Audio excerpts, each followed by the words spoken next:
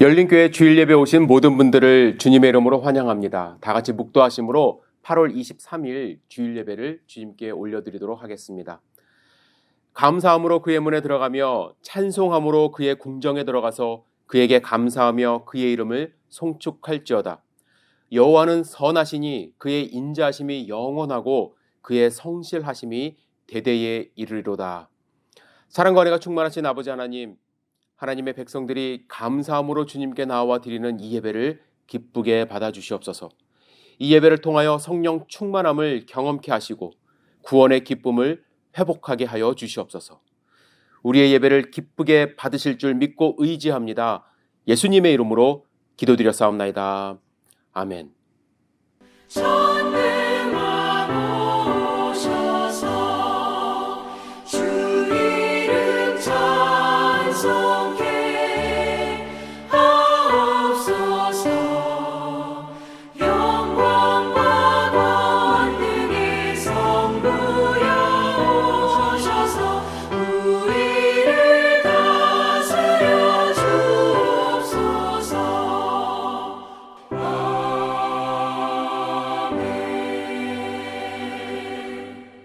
하늘에 계신 우리 아버지여, 이름이 거룩히 여김을 받으시오며 나라가 임하옵시며 뜻이 하늘에서 이루어진 것 같이 땅에서도 이루어지리이다. 오늘날 우리에게 일용할 양식을 주옵시고 우리가 우리에게 죄 지은 자를 사하여 준 것 같이 우리의 죄를 사하여 주옵시고 우리를 시험에 들게 하지 마옵시고 다만 악에서 구하옵소서. 대개 나라와 권세와 영광이 아버지께 영원히 있사옵나이다. 아멘. 다시 한번 오늘 주일 예배 드리시는 모든 분들을 주님의 이름으로 환영합니다. 몇 가지 교회 소식 알려드리도록 하겠습니다. 지금 교회에서 EM 사역자를 청빙하는 과정 가운데 있습니다. 여러분들 혹시 주변에 교회를 많이 좀 홍보해 주셔서 많은 분들이 지원할 수 있도록 협조해 주시고 기도해 주시기를 부탁을 드립니다. EM 사역자가 청빙되기 전까지 트리스 주일학교 사역을 송은경 자매가 임시로 담당하기로 자원했습니다. 여러분들 계속해서 기도해 주시고 또 후원해 주시기를 부탁드립니다. 대학생 이상 자녀들의 온라인 모임이 작게나마 시작을 했습니다.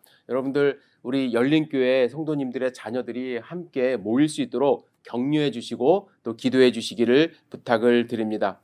계속해서 토요 새벽 예배와 수요 줌 기도회가 있습니다. 여러분들 토요 새벽 예배는 6시에 있고요. 또 수요 줌 기도회는 수요일 저녁 8시에 있습니다. 여러분들 시간을 내셔서 함께 오셔서 교회를 위해서 나라를 위해서 이 위기 상황을 위해서 함께 주님께 간절하게 기도드리는 공동체가 되기를 부탁을 드립니다. 마지막으로 말씀드릴 것은 성경 공부와 친교는 코로나 바이러스로부터 좀 안전해질 때까지 중단하기로 했습니다. 인터넷 동영상으로 제공되는 성경 공부 일주일에 한 편씩 올라가고 있는데 꼭 시청해 주시기를 부탁을 드리고요. 그리고 매일 발송되는 매일 묵상, 그 매일 성경 묵상을 함께 묵상하시며 또 하나님과 더욱더 가까워지는 열린교회 성도 되기를 주님의 이름으로 축복합니다. 이 시간에 우리 찬송가 337장 내 모든 시험 무거운 짐을 주님 앞에 내려놓는 마음으로 함께 찬양을 드리도록 하겠습니다.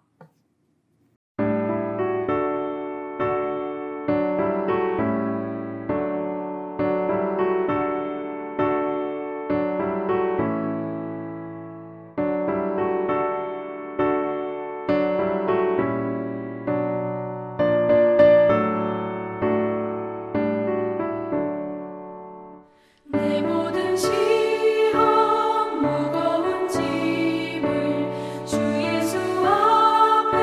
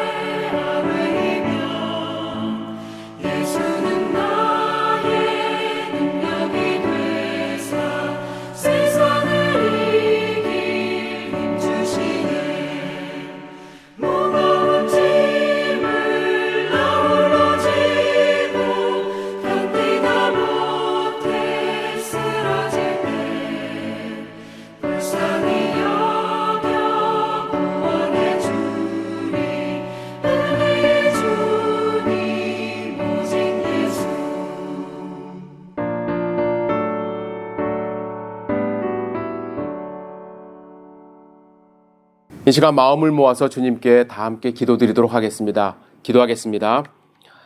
나는 여호와를 향하여 말하기를 그는 나의 피난처요 나의 요새요 내가 의뢰하는 하나님이라 하리니 이는 그가 너를 새 사냥꾼의 올무에서와 심한 전염병에서 건지실 것이미로다. 그가 너를 그의 깃으로 덮으시리니 내가 그의 날개 아래 피하리로다. 그의 진실함은 방패와 손 방패가 되시나니 너는 밤에 찾아오는 공포와 낮에 날아드는 화살과 어두울 때 퍼지는 전염병과 밝을 때 닥쳐오는 재앙을 두려워하지 아니하리로다.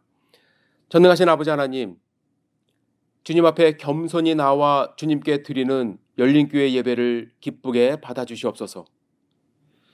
주님, 부족한 하나님의 자녀들이 세상 가운데 살면서 지은 죄를 용서하여 주시고 이 시간 의의 옷을 입혀주셔서 주 앞에 거룩하게 서게 하여 주시옵소서. 주님, 이 시간 주님께 간절히 간구드립니다. 우리가 세상을 살면서 하나님을 의지하지 않고 세상을 의지하며 내 자신의 지식과 힘을 의지하고 살았던 우리를 불쌍히 여겨주셔서 주님을 더욱더 알게 하여 주시고 주님의 사랑과 헌신을 닮아가도록 주여 인도하여 주시옵소서. 주님, 지금 세상은 코로나 바이러스로 고통 가운데 있습니다. 수많은 확진자가 병마와 싸우고 있고 수많은 유가족들이 슬픔 가운데 있습니다. 경제는 위축되어 직장을 잃은 분들이 많고 학생들은 불확실한 미래로 불안해하고 있습니다. 주님은 오늘 성경에서 새 사냥꾼의 올무에서와 심한 전염병에서 건지실 것이라고 약속하셨습니다. 주님의 그 약속을 믿고 의지하며 기도합니다. 하루속히 코로나 바이러스로부터 자유로워질 수 있도록 인도하여 주시옵소서. 지금 공동체가 마음 놓고 모이지 못하고 교제하지 못하는 이 상황을 주님이 더 안타까워하실 줄 믿습니다. 우리가 더욱더 겸비하여 주 앞에 엎드리오니 불쌍히 여기시고 모든 상황을 이기게 하여 주시고 더욱 주님을 의지하는 믿음을 허락하여 주시옵소서. 주님, 주님께서 열린교회를 세워주셨습니다. 열린교회를 통해서 하나님의 나라가 확장되기를 간구합니다.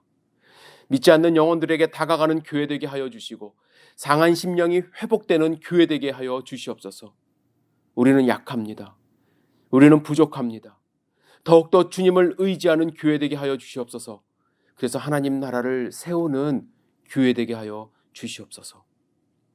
주님, 오늘 거룩한 주일 예배를 위해 수고한 손길들 위해 큰 은혜를 부어주셔서 그 손길로 주님 영광 받아 주시옵시고 또한 예배를 드리는 모든 성도님들이 주님의 사랑을 경험할 수 있도록 인도하여 주시옵소서. 뿐만 아니라 선포되어지는 주님의 말씀을 마음 가운데 새겨 세상을 이길 힘을 허락하여 주시옵시고 우리가 이 예배를 통해서 하나님을 경험하며 하나님을 사랑하고 하나님께 우리의 믿음을 더욱더 고백하는 시간들이 될 수 있도록 인도하여 주시옵소서. 이 시간을 온전히 주님께 의지합니다. 예수님의 이름으로 감사하며 기도드렸사옵나이다. 아멘.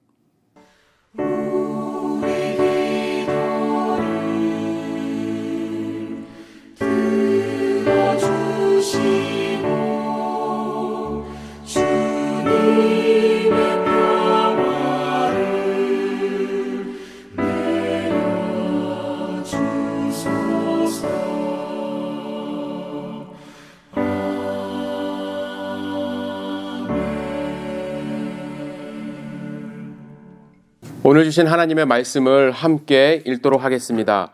오늘 주신 말씀은 로마서 12장 4절부터 8절까지의 말씀입니다. 우리 함께 같은 목소리로 읽도록 하겠습니다. 4절부터 읽습니다. 우리가 한 몸에 많은 지체를 가졌으나 모든 지체가 같은 기능을 가진 것이 아니니 이와 같이 우리 많은 사람이 그리스도 안에서 한 몸이 되어 서로 지체가 되었느니라. 우리에게 주신 은혜대로 받은 은사가 각각 다르니 혹 예언이면 믿음의 분수대로, 혹 섬기는 일이면 섬기는 일로, 혹 가르치는 자면 가르치는 일로, 혹 위로하는 자면 위로하는 일로, 구제하는 자는 성실함으로, 다스리는 자는 부지런함으로, 긍휼을 베푸는 자는 즐거움으로 할 것이니라. 아멘. 오늘 주신 말씀을 위해서 잠시 기도하고 말씀을 나누겠습니다. 사랑과 은혜가 충만하신 아버지 하나님, 이 시간 주님의 음성을 사모하며 주님의 말씀을 경청합니다. 주님께서 친히 말씀하여 주셔서 주님의 말씀이 우리 마음밭에 뿌려질 수 있도록 인도하여 주시옵소서. 성령 충만함으로 우리 성도님들 마음을 주장하여 주셔서 세상적인 생각하지 않고 오직 주님만을 바라보는 귀한 시간 될 수 있도록 보호하여 주시옵소서. 이 시간을 온전히 주님께 의지합니다. 예수님의 이름으로 기도드렸사옵나이다. 아멘. 우리는 하나님을 믿음으로 완전히 새로운 피조물이 되었습니다. 여러분, 새로운 피조물이 되었다는 것은 내가 천국에 들어갈 수 있는 자격 조건을 얻었다는 것뿐만 아니라 이제 완전히 다른 정체성으로 변화되었기 때문에 그동안 살아왔던 삶의 방식을 바꾸고 이제 새로운 관계를 형성하며 살아야 한다는 것을 의미합니다. 그래서 지난 주일에는 하나님의 자녀로서 하나님과 어떤 관계를 맺으며 살아야 하는지, 우리는 거룩한 산 제물이 되어야 된다고 말씀을 드렸습니다. 그리고 세상과는 어떤 관계 속에서 살아야 하는지, 세상을 본받지 말고 변화를 받아 하나님의 뜻을 분별하는 삶을 살아야 한다고 말씀을 드렸습니다. 오늘은 말씀을 통해서 구원받은 사람이 가져야 할 올바른 세 가지 다른 관계에 대해서 말씀을 드리고 싶습니다. 먼저 구원받은 자들은 내 자신에 대해서 어떻게 생각해야 되는지 말씀을 드리고 싶습니다. 여러분은 자기 자신을 어떻게 생각하고 또 내 자신과 어떠한 관계를 맺고 살아가고 있는지요? 우리가 하나님을 믿으면 가장 먼저 확신하게 되는 것은 하나님이 나를 구원하셨다는 사실뿐만 아니라 하나님은 나를 창조하신 분이라는 것을 알게 됩니다. 즉, 나는 하나님의 피조물, 다른 말로 얘기하면 걸작품이라는 것을 발견하게 되는 것이죠. 그래서 하나님을 믿으면은 내 자신의 자아상이 회복되어야 하는 것입니다. 그래서 바울은 4절에 이렇게 말씀합니다. 따옴표 된 부분 같이 읽겠습니다. 우리가 한 몸에 많은 지체를 가졌으나 모든 지체가 같은 기능을 가진 것은 아니니, 이 말씀을 하죠. 이 말씀은요, 지체에 우열이 있다는 말씀이 아닙니다. 어떤 분들은 나는 손가락을 좋아하고 발가락을 싫어하기 때문에 하나님은 좋아하는 사람, 싫어하는 사람 이렇게 만드셨구나, 잘못 오해할 수 있어요. 모든 지체가 같은 기능을 가졌다는 것은 우열이 있다는 말씀이 아니라 하나님은 모든 지체를 공장의 물건처럼 똑같이 찍어냈다는 것이 아니라 하나님은 각각의 목적에 맞게 각각의 다른 모습으로 여러분을, 저를 창조하셨다는 의미가 있는 것입니다. 이 사실을 이해하지 못하고 받아들이지 못할 때 사탄은 우리를 공격하죠. 자꾸 다른 사람과 비교하게 만듭니다. 그래서 우리의 자아상을 공격해요. 저 사람은 저렇게 허우대도 멀쩡하고 잘생겼고, 또 저 사람은 저런 능력까지도 있고, 저 사람은 저렇게 할 수 있는 게 많은데 나는 왜 이러지? 낮은 자존감을 가질 수 있습니다. 반대로 나는 위대해, 저 사람보다 잘났어, 다른 사람들은 나를 위해 존재해야 돼, 하나님의 창조 섭리를 이해하지 못하면 너무나도 교만한 마음을 가질 수 있습니다. 하나님은 우리를 창조하셨어요. 그래서 여러분은 다른 피조물들과 절대로 비교할 수 없는 존재입니다. 여러분들은 그 자체로 걸작품이에요. 그런데 우리는 인간적인 눈으로 자꾸 내 자신을 판단합니다. 그리고 다른 사람과 비교합니다. 그래서 하나님의 이 창조 섭리를 발견하지 못하고 하나님의 뜻을 발견하지 못하며 불행하게 살아가는 경우가 너무나도 많습니다. 저는 과거에 의료 선교팀하고 선교를 몇 번 갔습니다. 의료 선교팀. 의사 선생님들 믿으시는 분들이 자기 휴가를 이제 일주일씩 내서 먼 곳에 오지에 가서 이제 의료 봉사도 하시면서 이제 복음도 전하시는데, 의료팀이다 보니까요, 의사 선생님 제일 많고요. 그리고 간호사 선생님도 계시고 그리고 약사 선생님들이 함께 가십니다. 이제 진료를 시작을 하면은 그분들은 이제 바빠지기 시작하는데 목회자가 별로 할 일이 없어요. 의사 선생님과 간호사 선생님은 초진을 하죠. 밀려드는 환자를 뭐 혈압도 재고 다 초진을 합니다. 그럼 각 방으로 배분을 해주죠. 그럼 의사 선생님들은 순서대로 이제 진료를 하시고 처방전을 내립니다. 약국은 이제 처음에는 좀 슬로우한 것 같지만 이제 본격적으로 처방전이 오기 시작하면은 제일 늦게까지 마무리가 잘 안 되는 곳이 이제 약국이에요. 이 과정에서 저는 제 스스로 제가 할 일을 찾으면서 하는데 위축이 됩니다. 야, 정말 공부 열심히 할 걸. 이렇게 의사 선생님들이 쓰임이 많은데 목회자도 물론 쓰임이 많지만 이런 곳에 와서 저렇게 정말 사람들한테 좋은 일을 할 수 있구나, 그런 생각도 했어요. 그런데 첫 단기 선교하던 해의 첫날 저녁에 이제 그날에 있었던 일을 리뷰하는 시간에 의사 선생님 팀장, 의사 선생님 가운데 가장 많으신 분이 자기의 그날 일들을 나누면서 이런 말씀을 하세요. 목사님이 계셔서 얼마나 든든한지 모르겠습니다. 제가 순간 좀 당황스러웠어요. 내가 뭘 했지? 제가 한 일은 의료 선교팀들, 의사 선생님을 방해하지 않으려고 이렇게 뒤에서 이렇게 몰래 본 거예요. 봐서 물이 필요하다 그러면 물 갖다 주고, 또 뭐가 좀 부족한 것 같다 그러면 갖다 주고, 애기들이 운다 그러면 뭐 사탕 좀 나눠주고, 데리고 가서 사진 찍어주고. 그러면 사진 찍어주고, 폴라로이드 정말 인기가 많거든요. 선교사님 이제 그 현지어를 할 수 있는 분하고 모시고 가서 이제 같이 기도해주고, 가능하면 의사 선생님들이 보이지 않는 곳에서 방해되지 않으려고 일을 했거든요. 그러면서 저는 혼자서는 별로 도움이 되지 않는다, 이런 생각을 했는데, 선생님들 하시는 말씀이 뭐냐면 의사들만 오면은 안 된다는 거예요. 절대로. 그냥 뭐 복음을 못 전해서가 아니라 의사들만 오면은 뒷정리가 안 된대요. 그래서 오히려 진료할 수 없다는 거예요. 누군가가 환자들 순서를 정해줘야 되고, 그죠? 막 복작복작한 거를 좀 정리를 해주고, 그리고 환자가 너무나도 밀려오면 끊어줘야 된대요. 안 그러면 밤새서 진료를 해야 되니까. 그런 일들을 제가 했고, 또 목회자가 있다는 존재만으로도 자기들이 든든한 마음을 가지고 진료를 할 수 있었다는 것입니다. 그 뒤로 저는 의료 선교가 저도 행복해졌어요. 나도 할 일이 있구나. 나도 하나님이 보내신 이유가 있구나. 마치 의사 선생님들의 그 나눔은 하나님의 음성을 듣는 것과 같았습니다. 여러분, 아무도 우연히 만들어지지 않아요. 세상은 우리를 유물론적인 관점, 물질적인 관점, 생물학적인 관점으로 인생을 보게 합니다. 그래서 서로 비교하며 우열을 가리고 사회 권력을 가지려고 합니다. 사람의 서로 다른 점을 인정하며 존중하는 것이 아니라 서로 다른 점의 약점과 강점을 생각하며 사람을 도구로, 소모품으로 생각하는 것이 사회의 모습이에요.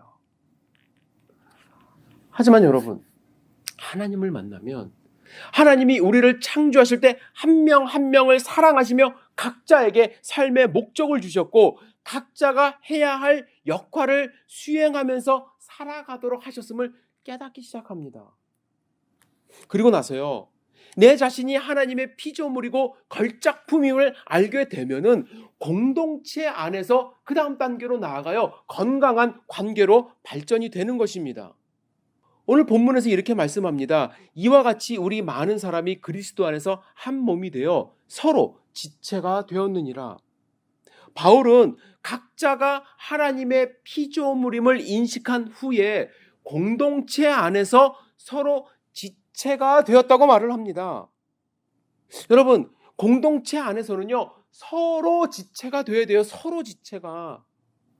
저는 어릴 때 여러분들 보셨는지 모르겠지만 600만 불의 사나이라는 미국 드라마를 보면서 자랐습니다. 지금 보면은 아마 되게 촌스럽고, 그런데 그때까지만 해도 그게 획기적이었어요. 600만 불의 사나이, 엄청난 힘을 가지고 있습니다. 막 높은 곳에서 뛰어내리고 먼 곳도 볼 수 있습니다. 팔 하나로 하지 못하는 일이 없어요. 그런데 여러분, 아무리 600만 불의 사나이가 그 능력이 있어도요, 팔 하나 떼어내고 다리 하나 떼어내면 아무것도 못한다는 거예요. 몸에 붙어 있어야 600만 불의 그 가치를 수행하는 것입니다. 서로 유기적인 관계 속에서 능력을 발휘할 때 제 기능을 발휘할 수 있는 거예요. 우리는 하나님이 여러분과 저에게 서로 다른 기능으로 하나님의 섭리로 창조하셨다는 것을 깨달을 때 내 기능을 찾아서 다른 사람에게 어떻게 유익이 될 것인가에 대해서 고민하고 헌신하고 서로 지체가 되는 것입니다. 그런데 여러분, 이렇게 서로 지체가 되는 것, 말처럼 쉬운 일은 아니더라고요. 제가 수년 전에 초등학교 5학년 친구한테 이제 이메일로 편지를 받은 적이 있어요. 신앙적인 몇 가지 질문을 한 후에 갑자기 뜬금없이 자기의 고백을 하기 시작합니다. 어떻게 고백을 했냐면, 전 요즘 천국 갈 자신이 없어요. 정말 신박하죠? 제가 계속 읽어드리겠습니다. 제가 정말로 예수님을 믿고 있는지 자신이 없어요. 대부분 성경학교에서 가르쳐주는 것은 예수님께서 나를 위해 십자가에 달리셨고 우리는 예수님을 믿기만 하면 됩니다. 말씀을 하지만 그냥 대충대충 생각하고 고백하고 자기는 믿는다고 하거든요. 그러면서 또 나중에 나쁜 짓을 하는 애들도 있어요. 근데 믿음이 쉽게 그냥 자기 마음속에 받아들일 수 있는 것은 아니잖아요. 하나님을 믿는 증거는 성경책밖에 없는 것 같고 자주 읽기는 하는데 그래서 전 고민이 돼요. 진정으로 예수님을 믿는다는 게 무엇인가? 그에 관한 책을 읽었는데도 제가 빈민촌에 가서 사역하기에도 무섭고 힘들고 어려운 사람들을 만나러 가기도 무섭고 전 그냥 기도밖에 할 수 없는 것 같은 생각이 들어요. 제가 예수님을 진정으로 믿을 수 있는 방법은 무엇일까요? 물음표를 하고 본인이 뒤에 얘기를 합니다. 아차! 이웃과 자기 가족을 사랑하면 된다고 하셨잖아요. 그런데 동생과 자주 싸우고 미운 친구들도 있고 진정으로 예수님을 믿는다는 것이 너무 어려운 것 같아요. 여러분, 이 초등학교 5학년 이 친구의 고백, 너무나도 진솔한 고백인데 우리의 고백이 아닌가요? 예수님을 믿는다고 말은 하고 고백은 하지만 참 이 신앙을 지키며 하나님이 원하는 관계를 맺고 사는 것이 쉽지 않습니다. 그래서 바울은요, 갑자기 9절에 사랑은 어떤 것인지 말을 해요. 본문을 여러분들이 읽어보시면 알겠지만 8절에서 9절 이어지는 것이 자연스럽지가 않아요. 그러나 바울은 본인이 어떤 존재인지를 깨닫고 그 존재감을 가지고 공동체 안에서의 관계를 말하려고 하는데 이때 중요한 것이 사랑이라는 것을 알았기 때문에 9절에서 사랑에는 거짓이 없나니 악을 미워하고 선에 속하라 말한 후에 10절에 그리고 나서 형제를 사랑하라 이렇게 명령하죠. 바울이 강조한 것은 여러분들이 아시는 아가페 사랑입니다. 아가페 사랑이에요. 이 아가페라는 단어는 신약 성경에서 사용하기 전까지 헬라어에서 그렇게 중요한 단어가 아니었대요. 하지만 초대교회 성도님들이 이 말을 하나님의 고유한 사랑을 묘사하는 말로 시작하면서 사용하기 시작하면서 이 단어는 강력한 의미를 지닌 용어가 되었다고 합니다.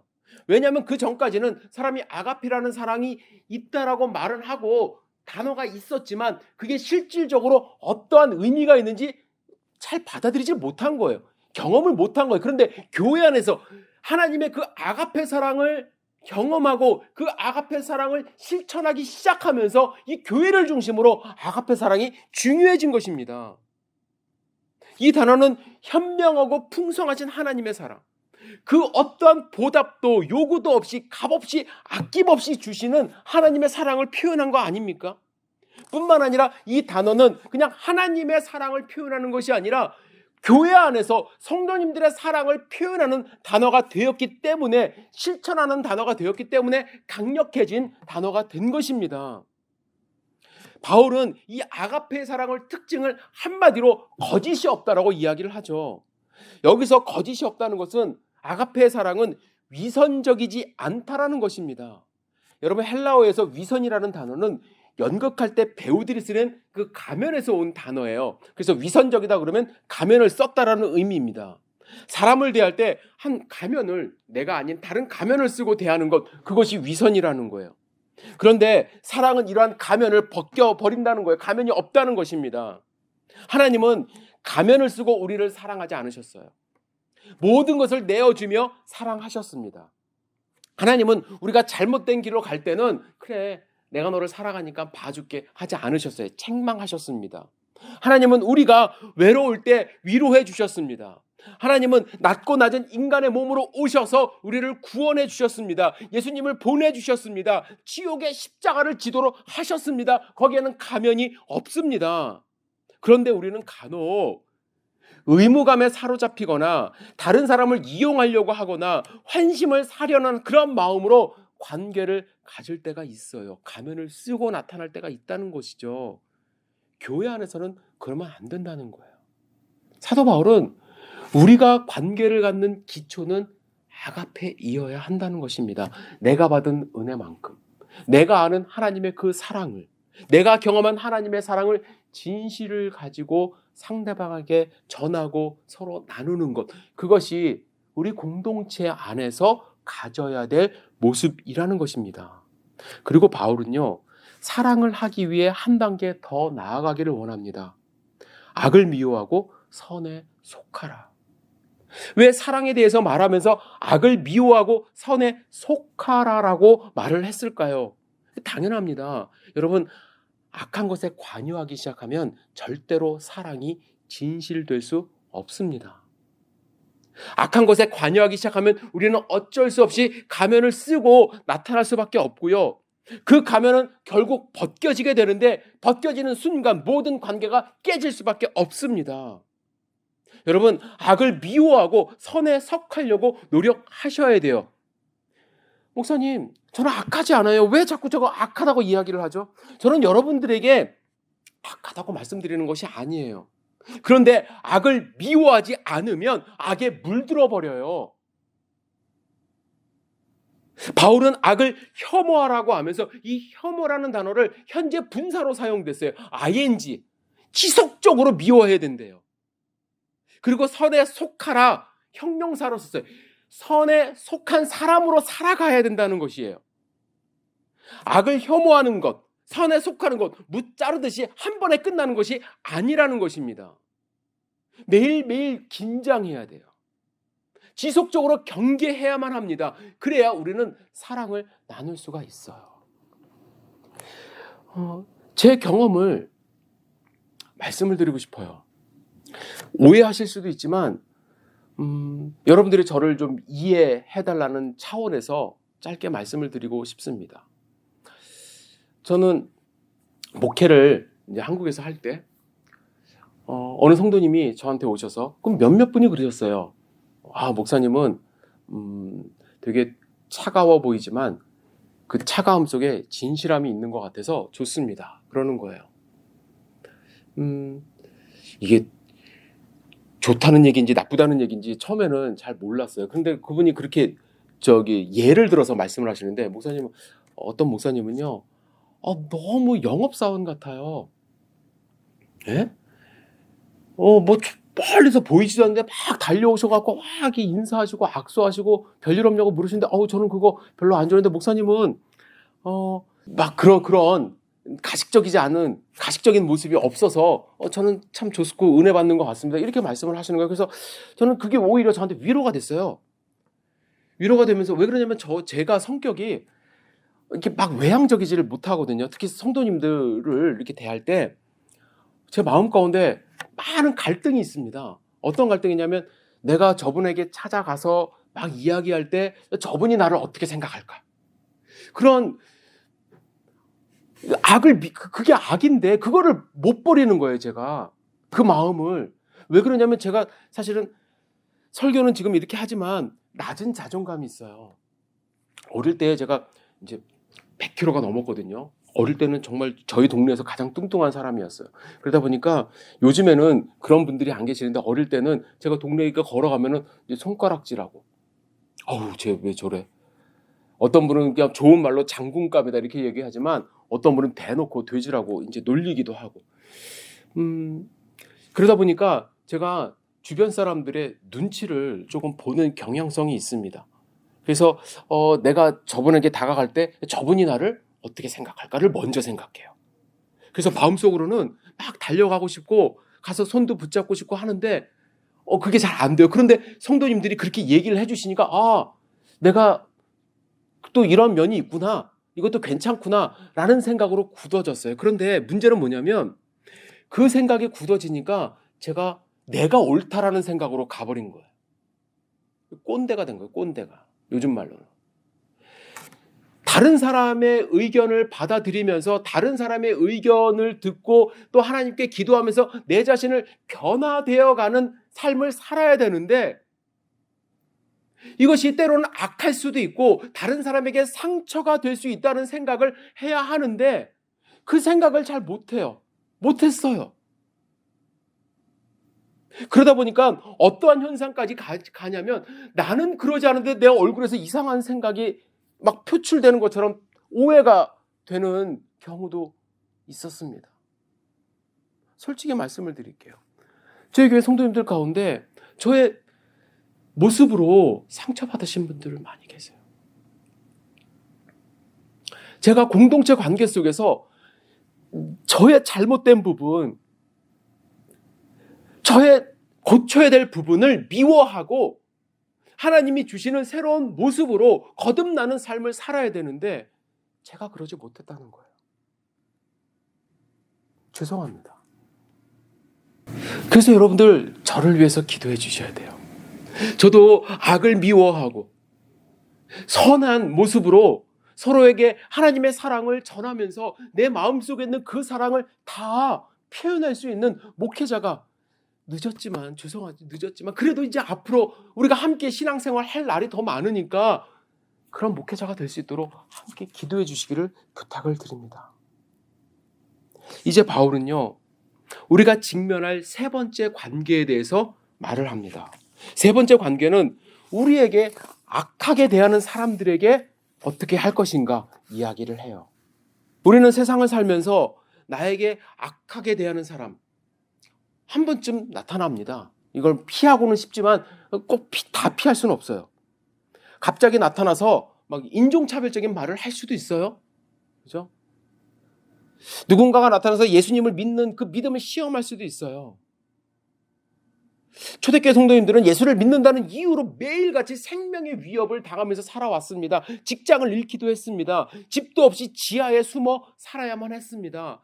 악한 이러한 세상을 대할 때 우리는 어떻게 해야 되는가? 바울은 14절부터 우리가 이러한 상황에서 할 수 있는 몇 가지 행동을 권면합니다. 여러분들에게 오늘 이 행동에 대해서 몇 가지만 말씀을 드리고 말씀을 마무리하고자 합니다. 첫 번째, 아주 역설적이지만 축복하래요.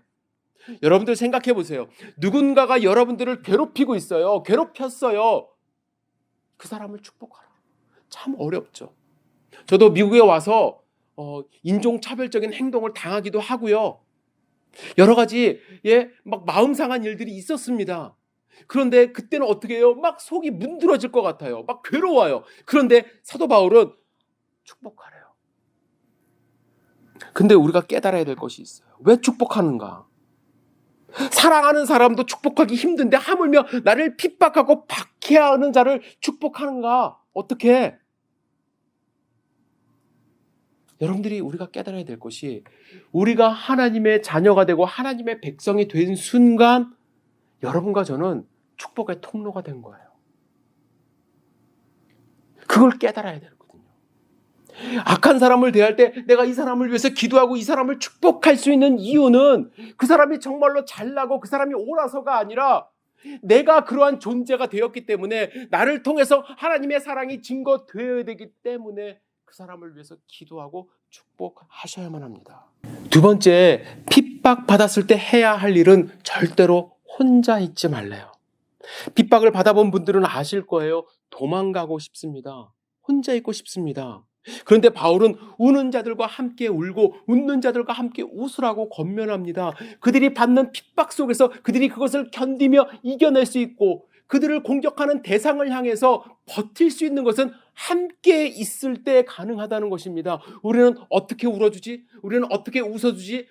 울을 때 무슨 말을 하지? 이 생각을 하는데 바울은 그런 거 필요 없대요. 그냥 함께 울래요. 함께 웃으래요. 그러면 우리가 이길 힘을 얻게 되기 때문에 그렇습니다. 여러분들 그냥 함께 하는 것만으로도 우리는 이길 수 있어요. 세 번째, 박해하는 자들을 대하여 우리가 그것을 극복할 수 있는 방법은 겸손하래요. 16절 함께 읽겠습니다. 서로 마음을 같이하며 높은 데 마음을 두지 말고 도리어 낮은 데 처하며 스스로 지혜 있는 채 하지 말라. 박해받으며 살고 있는 초대교회 성도들에게 어떻게 더 낮아지라고 하는 거지 의아하지 않습니까? 그리고 이러한 겸손이 어떻게 박해를 극복할 수 있는 힘을 주는지도 의문스럽습니다. 그런데 여러분들 반대로 한번 생각해 보세요. 우리에게 겸손이 없다고 한다면, 여러분, 우리에게 겸손이 없다고 한다면 절대로 세상 사람들의 박해를 이길 수 있는 무기가 우리한테는 없어요. 겸손은 예수님이 보여주신, 우리에게 전해주신 최고의 무기입니다. 16절은 예수님의 모습입니다. 예수님은 마음을 같이 하셨습니다. 마음을 하늘에 두지 않으시고 낮아지셨습니다. 스스로 지혜 있는 채 하지 않으시고 겸손하게 인간의 모습으로 오셨습니다. 여러분, 예수님은 박해를 받으셨어요.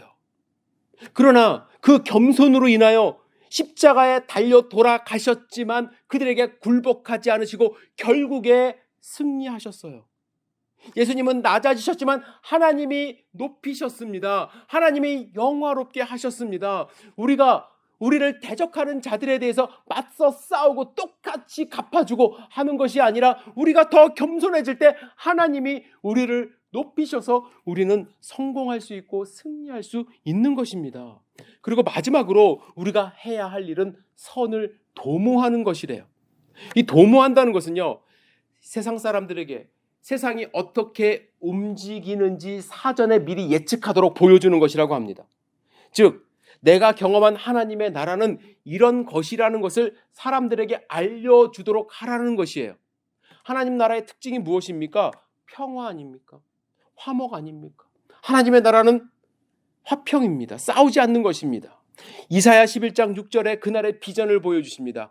늑대가 새끼 양과 어울리고 표범이 숫 염소와 함께 둥글며 새끼 사자와 송아지가 함께 풀을 뜯으리니 어린아이가 그들을 몰고 다니리라. 여러분, 하나님의 나라 백성된 우리는 이러한 하나님의 나라를 추구하며 살기 때문에 악을 악으로 갚지 않고 선을 도모하며 하나님의 나라를 보여줄 수 있어야 하는 것입니다. 오히려 20절에 보면은 내 원수가 줄이거든 먹이고 목마르거든 마시게 하라. 그리함으로 내가 숯불을 그 머리에 쌓아 놓으리라 권면합니다. 여러분, 숯불을 머리에 쌓는다는 것 어떤 의미가 있나요? 여러 가지 해석이 있는데 어떤 분은 이렇게 해석합니다. 내가 원수를 사랑하고 용서하면 그들도 자기 자신의 잘못을 깨달아 얼굴이 정말 화끈거릴 정도로 수치심을 경험한다. 그래서 내가 용서하면 그들이 화끈거린다. 이렇게 해석하기도 합니다. 하지만 이러한 해석은요, 좀 보복, 두고 봐. 내가 너를 정말로 얼굴이 화끈거리게 만들 거야. 보복의 냄새가 나지 않습니까? 근데 이거를 어떻게 해석하냐면 저는 이 해석이 좀 더 정확하다고 생각을 하는데 이집트 문헌에 이러한 장면이 나온대요. 자기의 죄를 회개한 사람이 자발적으로 자기 머리에 숯불이 담긴 토기를 가지고 자기에게 해를 입은 사람에게 찾아가 용서를 구하는 그러한 장면이 나오는 문헌이 있대요. 그 당시에 어떠한 자기의 용서를 구하는 그런 풍속이었다라고 할 수 있는데 이것이 가능한 이유는 해를 입은 사람이 용서해줬다. 나는 저 사람 더 이상 이제 죄를 묻지 않겠다 하는 소리가 이 사람한테 들릴 때, 그리고 자발적으로 자기에게 회개하고 용서를 구할 기회를 제공할 때 이러한 일이 일어난다는 거예요. 우리가 나를 아프게 하고 힘들게 하는 사람 두고 봐. 내가 너를 후회하게 만들 거야. 얼굴 빨갛게 만들 거야. 가 아니라 진심으로 용서하고 진심으로 그를 받아들이는 마음이 전해지면 상대방은 자기도 모르는 사이에 이 사람을 찾아가 용서를 구하고 회개하고자 하는 마음을 가지고 숯불을 들고 찾아온다는 것입니다. 세상을 대하는 방법이 이래야 된다는 거예요. 나 저 사람 나를 괴롭혔으니까 나 저 사람 증오할 거야. 괴롭힐 거야. 가 아니라 마음속으로 진심으로 용서하고 그가 회개할 수 있도록 하나님 앞에 내어드릴 때에 그가 그것을 깨닫고 다시 용서를 구하는 모습, 그것이 바로 성경적이라는 것입니다. 사랑하는 성도 여러분, 오늘 세 가지 관계에 대해서 함께 말씀을 나누었습니다. 말씀이 좀 양이 많고 좀 방대하긴 하지만 여러분들에게 부탁드려요. 가장 첫 번째 출발은 무엇입니까? 내가 하나님께 구원받았다는 사실을 확신하는 것, 내가 하나님의 피조물임을 아는 것, 그 사실을 가지고 공동체에서 함께 생활하는 것, 그리고 나서 그 정체성을 가지고 소망을 가지고 그 사랑을 가지고 세상을 대하는 것. 여러분들에게 부탁드립니다. 다른 건 다 기억 안 하셔도 돼요. 단 하나, 하나님이 여러분을 사랑하셔서 여러분을 구원하셨습니다. 하나님은 여러분들의 창조자 되십니다. 그 한 가지만 기억하시고 세상에서 승리하시는 귀한 삶 사시기를 주님의 이름으로 축복합니다. 기도하시겠습니다. 사랑과 은혜가 충만하신 아버지 하나님, 이 시간 주님께 간절히 간구합니다. 이 말씀을 들은 우리 성도님들 마음 가운데 찾아가셔서 하나님의 음성을 마음 가운데 새길 수 있도록 인도하여 주시고, 가장 중요한 내 자신이 누구인가? 나는 정말로 하나님이 창조하신 피조물이라는 그 사실을 잃지 않고 흔들리지 않고 확신하며 살아갈 수 있도록 주여 인도하여 주시옵소서. 주님, 우리 성도님들의 삶을 지켜주실 것을 믿고 의지합니다. 예수님의 이름으로 기도드렸사옵나이다. 아멘. 이 시간 우리 지난주에도 우리가 찬송을 같이 불렀는데 620장 여기에 모인 우리 주의 은총 받은 자여라, 주께서 이 자리에 함께 계심을 믿노라. 우리의 믿음을 주님 앞에 고백하고 또 정말 주님을 따라가며 주님을 찬양하며 살아가겠다는 다짐을 함께 드신 후에 축도로 예배를 마치도록 하겠습니다. 우리 함께 찬양 주님께 드리겠습니다.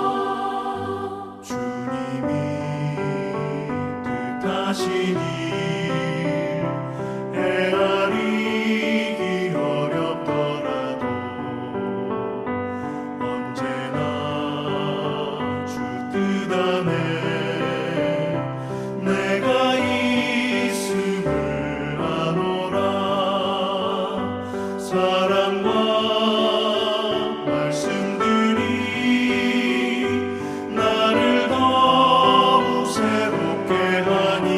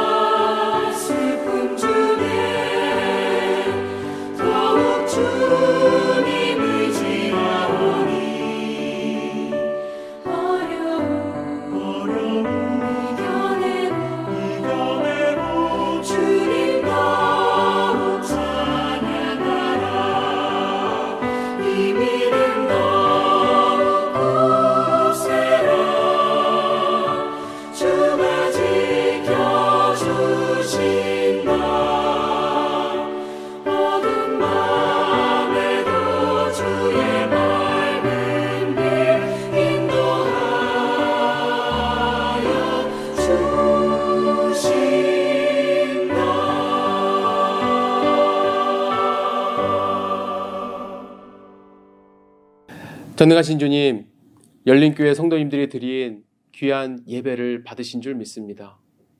주님, 하늘의 크신 은혜를 부어주셔서 일주일간 세상 가운데 살아갈 때 안전하게 지켜주시고 또 우리의 삶 가운데서 경험하게 되는 여러 가지 일들 속에서 하나님의 귀한 섭리와 사랑을 느낄 수 있도록 축복하여 주시옵소서.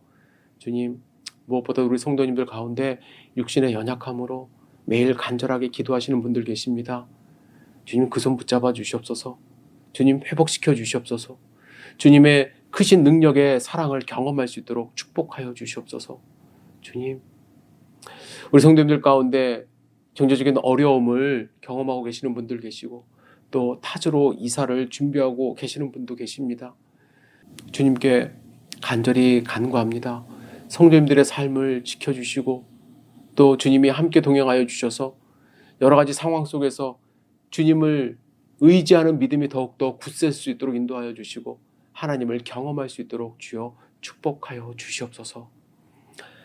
지금은 우리 구주 예수 그리스도의 무한하신 은혜와 하나님 아버지의 놀라우신 사랑과 성령 하나님의 보호 교통 감동 충만하심이 거룩한 주일 주님께 찬양하고 경배하고 또한 주님이 주신 말씀으로 도전받는 위로받는 하나님의 권속들 머리머리 위에 지금부터 영원까지 함께 하시기를 주님의 이름으로 간절히 축원하옵나이다. 아멘.